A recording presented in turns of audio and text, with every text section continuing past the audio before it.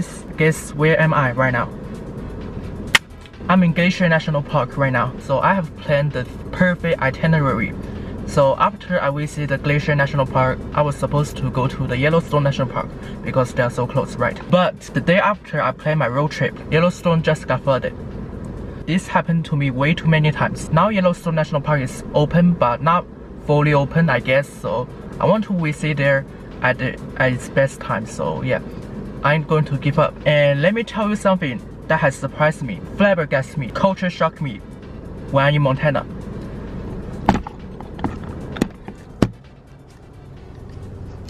It's this. I don't know if you can see that. That's insane amount of bird poop I just collected in 1 day. The interesting thing is, you know, Montana is a very big state with very few people, so there's very few cars on the road, and these birds can poop anywhere. They choose my car. At this point, it's definitely a beef. 1, 2, 3, 4, 5, 6, 7, 8, 9, 10, 11, 12. 1, 2, 3, 4, 5, 6, 7, 8, 9, 10, 11, 12. It's probably more than 30 birds poop. Be careful of the birds in Montana. Since there's very limited internet here, so I have no excuse but pass the time with hiking, and I love hiking. So something I usually do when I travel to new places, when I get too tired, I just stay in the Airbnb for a whole day. I did this way too many times. I traveled to a brand new state just to stay in the Airbnb because I got so tired on the road. But I'm not going to do that here because Glacier National Park is kind of like my dream place. I always want to be here for a very long time. This is the thing the park ranger gave me at the entrance. So you can see there's a lot of bears in this park. This is way too beautiful. It's worth to risk my life. I did come here alone, which means I did have higher chance to be attacked by the bears. Let's go.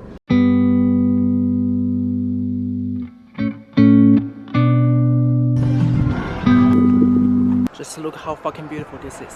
Definitely the best national park I've been to. Actually, don't do it like me, but this is way too beautiful. So yeah, I'm going to risk it. Wow, so pretty.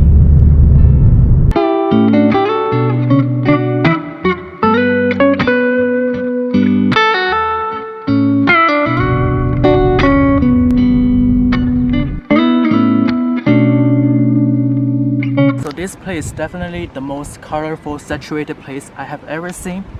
So the green trees is just greener in this side. The water is also bluer, so everything just feels so surreal. But one thing about this place has the strongest ultraviolet radiation I have ever seen. So yeah, I'm going to apply some sunscreen. I usually fucking hate sunscreen. They make my face oily and they cause breakout. But I don't want to get skin cancer and age 10 times faster, so yeah, I am going to put some sunscreen.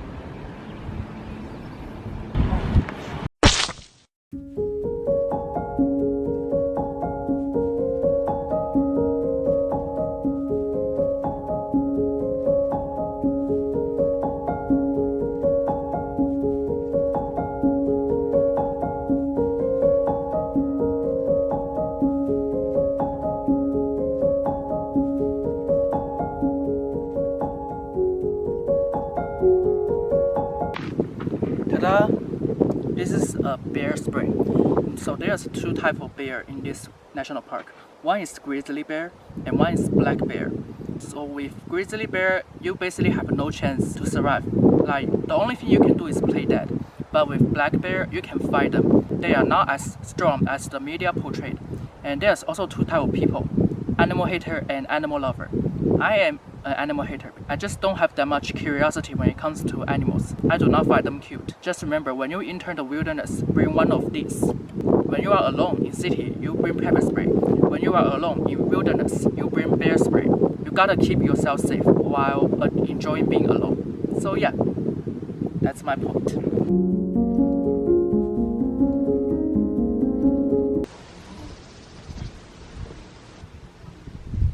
Hey, didn't see you there. Welcome to my humble cabin.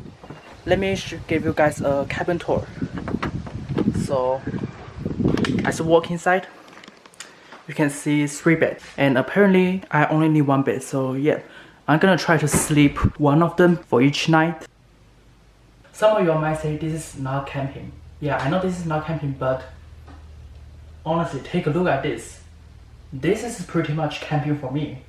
Also, I was actually planning to camp in Montana, but I just figured out that in order to camp, not only does you have to buy a tent, you also have to buy a sleeping bag, and you also have to buy a chair, you also have to buy a stove because there's no electricity. Plus, do you guys know how hard it is to reserve a camp inside the Glacier National Park? These motherfuckers be booking the campsite 1 year earlier.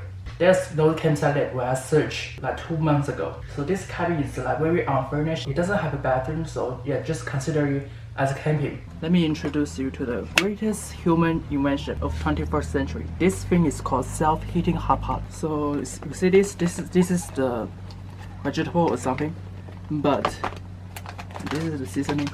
This is the heating pack. Heating pack is made of the lime. You know when lime is mixed with water, it will produce heat, and this thing will heat up about 15 minutes, which is exactly the time you need to cook a hot pot. Like this thing is so amazing. I wish America has more of this kind of self-heating food.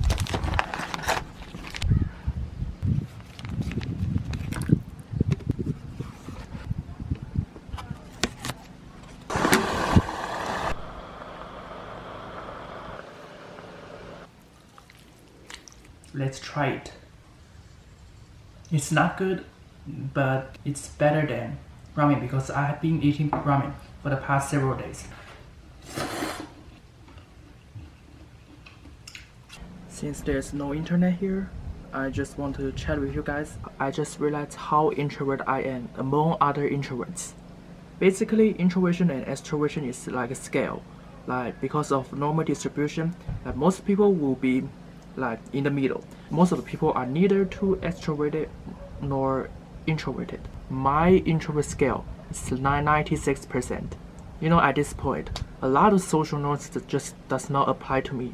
Which at this point, I never truly enjoy any social interaction. You know, some people recharge their energy by going to party. I don't go to party at all. Like the concept of people standing in a crowded room, blasting music, forcing a conversation in 80 decibel music does not attract me at all. Like in my opinion, this is the worst way of wasting your time. I just cannot imagine people having a high quality conversation in party. Like it's such a overstimulating setting. I found out I only enjoy individual conversation. I can also deal with talking to 2 people simultaneously. If the number goes up to 3, that would be difficult for me. I just feels like the group chatting is like giving presentation. You're throwing your opinion out, but no one is actually listening. Everyone is just focusing on what they are going to say next. So this is why I don't like group conversation. Like individual conversation, you can make sure that the other one is listening, but in a group conversation, nobody is fucking listening. My social threshold is like very small. I can talk to 2 people and that will be enough for me. This is why I prefer quiet environment and just, you know, sitting in a cabin by myself. I can totally see myself living in a world that has like no people. For some people this is a nightmare, but for me this doesn't really sound that scary. Anyway, our cabin has a pretty good mountain view, so yeah, I'm going to sleep right now. Tomorrow is going to be a hiking day, so yeah, I'll see you guys in next video. Also, please tell me what kind of content do you want to see, because I'm just kind of still exploring the YouTube world and still trying to figure out my niche. I know a lot of people love to see me posting contents about being alone, vlogging, or being in Penn State, but I want to try something else, so yeah. Peace out.